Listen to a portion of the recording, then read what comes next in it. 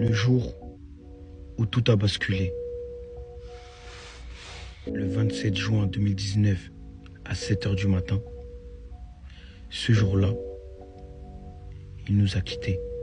Mais avant ça, quelques jours avant, il avait commencé à dire au revoir. Comme s'il savait. La veille, juste avant qu'on se couche, il m'a posé une question qui me hante encore. Dans la chambre, il m'a demandé comme ça: Harouna, je peux te poser une question? J'étais fatigué. Je lui ai répondu: arrête de me faire mal à la tête. Vas-y, pose ta question. Il m'a dit: après la mort, qu'est-ce qu'il y a? Je lui ai répondu sans trop y penser: après la mort, c'est là où ta vraie vie commence. Et lui m'a répondu: j'ai peur de mourir. Tellement j'étais fatigué, j'ai coupé court. Je lui ai dit: vas-y, tais-toi, dors. Le lendemain matin, tout était normal. Il s'est levé, il est parti à l'école, moi au boulot, la vie continuait. Le soir, on était à la maison, posé en famille, on rigolait.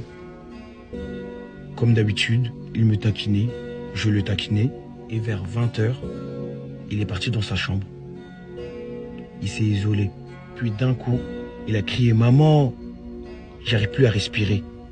Il était asthmatique, alors on a pensé que c'était comme d'habitude. Ma mère lui a fait prendre la ventoline. 1 fois, 2 fois, 3 fois. Il répétait: ça passe pas, ça passe pas. Moi, à ce moment-là, j'étais dans la douche. J'entendais tout. Et au fond de moi, je me suis dit: peut-être que cette fois-ci, c'est plus grave. Je suis sorti en vitesse. J'ai pris la ventoline à ma mère. Je lui ai donné moi-même. Mais rien.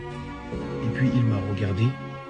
Il disait: Harouna, aide-moi s'il te plaît. Aide-moi. J'ai ouvert grand les yeux. J'étais choqué. J'essayais de réfléchir. Mais dans ma tête, c'était le chaos. Et là,